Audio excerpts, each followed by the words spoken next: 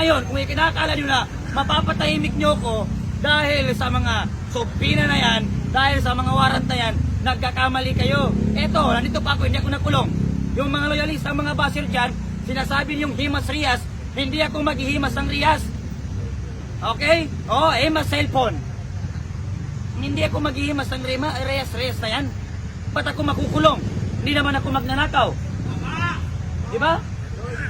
Ang bilis nilang na-trace kung nasaan si Alice Guo noong hinahanap nila. Diba? Ang bilis nilang mahanap si Kibuloy. Ang bilis nilang ninakaw si PRRD.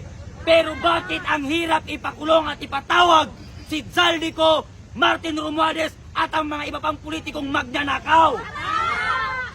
Yan. Diba? Tapos ako ipapasumpinan nyo, magnanakaw ba ako? Pero kahit kaya nagpapasalamat pa rin ako sa DIDG kasi kahit paano sila ay CIDG ba? Yes. Kahit paano nagpapasalamat pa rin ako sa kanila.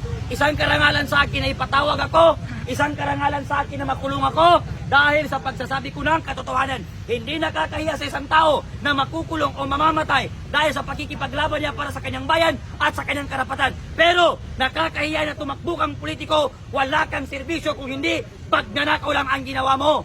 Yan ang nakakahiya. Mabuhay ang Pilipino! Mabuhay! Mamatay ang magnanakaw! Mamatay ang